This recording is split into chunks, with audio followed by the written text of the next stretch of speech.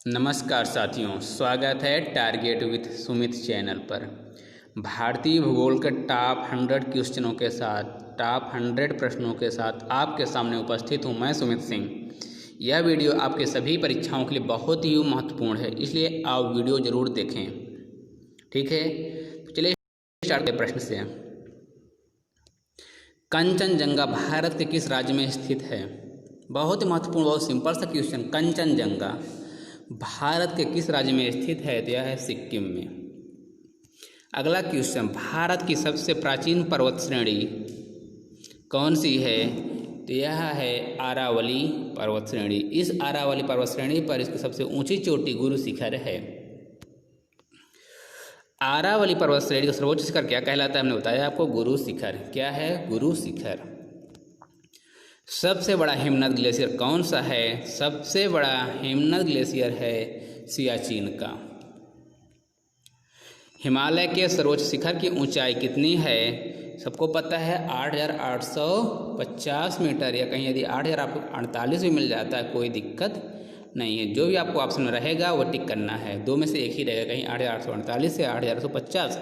यदि दोनों रहते हैं तो 8,850 लिखना है आपको। कौन सी पहाड़ियाँ नर्मदा और ताप्ती नदियों के बीच है? यह है सतपुड़ा पहाड़ी। सतपुड़ा की पहाड़ियाँ नर्मदा और ताप्ती के बीच में हैं। दोनों तरफ के क्या बनाती हैं?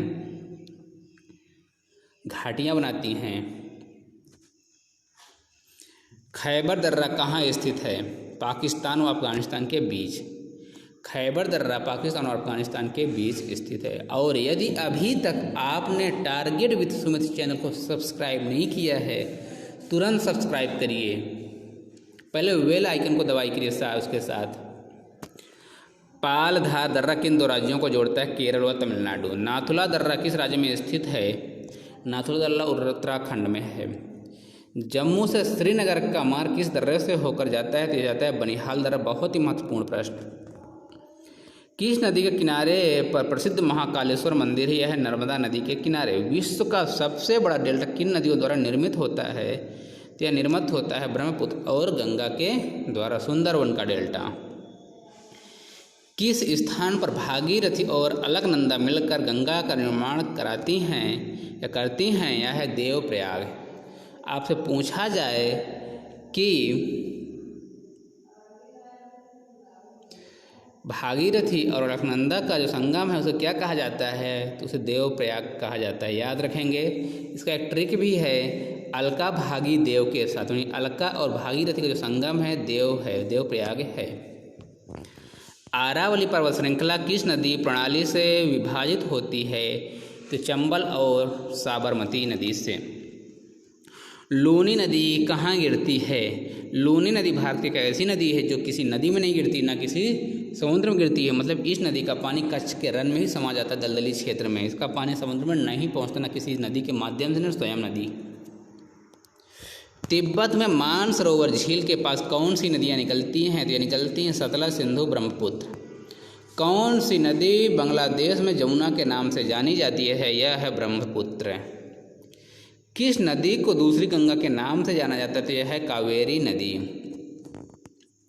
शुष्क भूमि के लिए सर्वाधिक उचित फसल कौन सी है?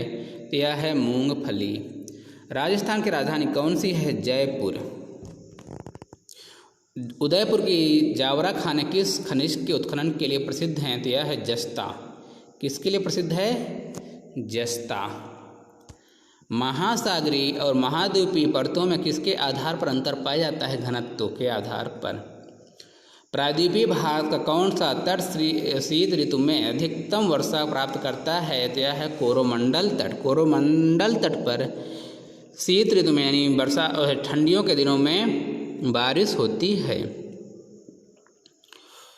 खनिज पदार्थों की दृष्टि से कौन सा भारतीय क्षेत्र अधिक समृद्ध है? छोटा नागपुर का पठार, या रांची के आसपास के पास पाया जाता है छोटा नागपुर का पठार। टिहरी बांध को किस नदी से जल प्राप्त होता है? तो यह टिहरी बांध को भागीरथी नदी से जल प्राप्त होता है। किस हवा में चक्रवाती गति का अभाव पाया जाता है? टॉर्नेडो में। चक्रवाती गति का अभाव पाया जाता है टॉर्नेडो में।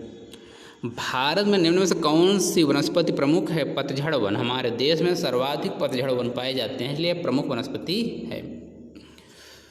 बहुचर्चित सरदार सरोवर परियोजना निम्नलिखित में से किस राज्य में है? तो यह है गुजरात राज्य में।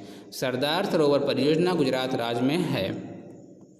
भारत के पश्चिमी घाट पर्वतीय क्षेत्र में निम्न में से किस प्रकार की वनस्पति पाई जाती है? तो पाई जाती है पश्चिमी घाट में सदाबहार वन। यहाँ के जो पेड़ पौधे होते हैं सदाबहार होते हैं और बहुत घने होते हैं, क्योंकि यहाँ साल भर बारिश होती रहती है कुछ न कुछ। भारत में जल विद्युत शक्ति के विकास में कौन सा राज्य अग्रणी है? तो यह है उत्तर प्रदेश। किस तिथि को दिन और रात बराबर होते हैं? 23 सितंबर को। भारत में नमक की प्राप्ति मुख्य रूप से किस स्रोत से होती है? सागरीय जल से। चट्टानी नमक की परतें झील व मृदा जल से। किस नदी को बृहद गंगा के नाम से जाना जाता है? मतलब बूढ़ी गंगा, ये है गोदावरी को बूढ़ी गंगा कहते हैं। कौन सी नदी अपना मार्ग बदलने के लिए प्रसिद्ध है? यह है कोसी नदी। बिहार में कोसी नदी है जो अपना मार्ग बदलती रहती है, हर बारिश में हर बाढ़ में अपना मार्ग बदल लेती है। कौन सी नदी कपिल जलधारा प्रपात का निर्माण करती है? तो यह करती है नर्मदा नदी। कौन सी नदी उड़ीसा का शोक कही जाती है? तो यह है ब्राह्मणी नदी। आप अभी से बिहार का शोक पढ़ते हैं, उड़ीसा का भी शोक पढ़िए, ब्राह्मणी नदी। वैनगंगा और पैनगंगा किस नदी की सहायक नदी हैं? तो यह है गोदावरी। वैनगंगा और पैनगंगा गोदावरी की सहायक नदियां हैं। किस नदी पर सबसे लंबा सड़क पुल बना है? पता ही होगा, गंगा पर। कौन सी नदी विश्व का सबसे बड़ी नदी द्वीप मजुली बनाती है? मजुली द्वीप यह ब्रह्मपुत्र नदी पर है, मजुली द्वीप। नर्मदा नदी का अधिकांश भाग भारत के किस राज्य में बहता है? मध्य प्रदेश। मध्य प्रदेश भारत का हृदय है, वहाँ नर्मदा नदी का अधिकांश भाग बहता है। कौन सी नदी रिफ्ट घाटी से होकर बहती है? रिफ्ट घाटी से होकर ताप्ती नदी बहती है। कौन सी नदी पर भारत व पाकिस्तान का जल समझौता हुआ है? सिंधु नदी पर। सिंधु जल समझौते के अनुसार भारत सिंधु के कितने प्रतिशत जल का उपयोग कर सकता है? भारत सिर्फ 20% का जल उपयोग कर सकता है, 80% का उपयोग पाकिस्तान करेगा। कौन सी नदी भारत में केवल जम्मू कश्मीर राज्य से होकर बहती है? वह है सिंधु नदी। पंचगंगा और दूधगंगा किसकी सहायक नदियां हैं? बताइए, पंचगंगा और दूधगंगा किसकी सहायक नदी है? यह कृष्णा की। दामोदर नदी कहाँ से निकलती है? निकलती है छोटा नागपुर के पठार से। किस प्रकार के मिट्टी के लिए न्यूनतम उर्वरक की आवश्यकता होती है? जलोढ़ मिट्टी के लिए न्यूनतम उर्वरक की आवश्यकता होती है। भारत के समस्त स्थल भाग का कितना प्रतिशत भाग जलोढ़ मिट्टी का है? तो यह 24% का, लगभग 24% का भाग जलोढ़ मिट्टी का है। जलोढ़ मिट्टी में जब बालू के कणों और चीका की मात्रा लगभग बराबर होती है तो उसे क्या नाम दिया जाता है? दोमट। कौन सी मिट्टी प्रायद्वीपीय भारत में अधिकतर क्षेत्रफल विस्तृत है? तो यह है काली मिट्टी। कपास की खेती के लिए सर्वोत्तम मिट्टी होती है काली मिट्टी। कपास की खेती के लिए सर्वोत्तम मिट्टी है काली मिट्टी। लावा के प्रवाह से किस मिट्टी का निर्माण होता है? काली मिट्टी का। भारत किस गोलार्ध में स्थित है? तो भारत उत्तर पूर्वी गोलार्ध में स्थित है, ध्यान दीजिएगा, उत्तर पूर्वी गोलार्ध में। सर्वप्रथम इंडिया शब्द का प्रयोग भारत के लिए किस भाषा में किया गया था? ग्रीक भाषा में। भारत में समुद्र तट रेखा वाले राज्यों की संख्या कितनी है? टोटल 9 राज्यों की सीमाएं समुद्र तट से लगती हैं। किस भारतीय राज्य की सीमा सर्वाधिक राज्यों की सीमा को स्पर्श करती है? तो यह है उत्तर प्रदेश की। सबसे लंबी तटीय रेखा वाला राज्य कौन सा है? तो गुजरात है। भारत का सबसे दक्षिण बिंदु निम्नलिखित में से कौन सा है? तो आपको पता ही होगा, इंदिरा पॉइंट है। इंदिरा पॉइंट को अन्य किस नाम से जाना जाता है? ये महत्वपूर्ण है। पार्सन पॉइंट, लाहीचिंग और पिग्मेलियन पॉइंट। आपके एग्जाम में अधिकांशतः आता है पिग्मेलियन पॉइंट का नाम आता है, पार्सन पॉइंट और हालीचिंग पॉइंट का नाम कम ही आता है, लेकिन पिग्मेलियन पॉइंट का नाम आता है। भारत और श्रीलंका को पृथक करने वाला जलडमरू मध्य क्या कहलाता है? पाक जल संधि। ध्यान दीजिएगा, ये जो पाक जल संधि है ये भारत और श्रीलंका को अलग करता है, ना कि भारत और पाकिस्तान को। कभी कभी यदि आप समझते नहीं हैं प्रश्न को, पाक जल संधि आए तो भारत और पाकिस्तान वाले टिक कर देते, नहीं, ऐसा नहीं है। इसमें भारत और श्रीलंका को अलग किया जाता है इसके माध्यम से। भारत की सबसे लंबी स्थलीय सीमा किस देश के साथ लगती है? तो यह है बांग्लादेश के साथ। भारत की सबसे छोटी स्थलीय सीमा किस देश के साथ लगती है? तो भूटान के साथ। दक्षिण भारत का सर्वोच्च पर्वत शिखर कौन सा है? अनाईमुदी। आर्यों ने भारत में किस दर्रे से होकर प्रवेश किया? खैबर से। भारत की कौन सी पर्वत श्रेणी नवीनतम है? हिमालय पर्वत श्रेणी नवीनतम है और अरावली सबसे प्राचीनतम है। प्रायद्वीपीय भारत की सबसे बड़ी नदी कौन सी है? गोदावरी है। अगला क्वेश्चन है 67। भारत और पाकिस्तान के बीच रेड क्लिक रेखा कब निर्धारित की गई? 15 अगस्त 1947 को। महेंद्रगिरी की पहाड़ियाँ किन दो राज्यों के तट पर हैं? तो उड़ीसा और आंध्र प्रदेश के तट पर। महेंद्रगिरी पहाड़ियाँ उड़ीसा और आंध्र प्रदेश के तट पर हैं। केंद्र शासित प्रदेशों में सबसे बड़ा पत्तन कौन सा है? तो ये है पोर्ट ब्लेयर का। कोलाबा पॉइंट कहाँ है? तो मुंबई में है। डूरंड रेखा जो भारत और अफगानिस्तान के मध्य कब निर्धारित की गई थी? निर्धारित की गई थी 1896 में। भारत की सबसे बड़ी तटीय जल झील कौन सी है? चिल्का झील उड़ीसा में। मीठे पानी की सबसे बड़ी झील कौन है? तो बुलर झील है। ये जहाँ है जम्मू कश्मीर में। बुलर झील किस राज्य में स्थित है? जम्मू कश्मीर में। खारे पानी की सबसे बड़ी झील सांभर झील है। सबसे बड़ी कृत्रिम झील इंदिरा झील है। गोविंद सागर झील कहाँ स्थित है? तो यह है हिमाचल प्रदेश में।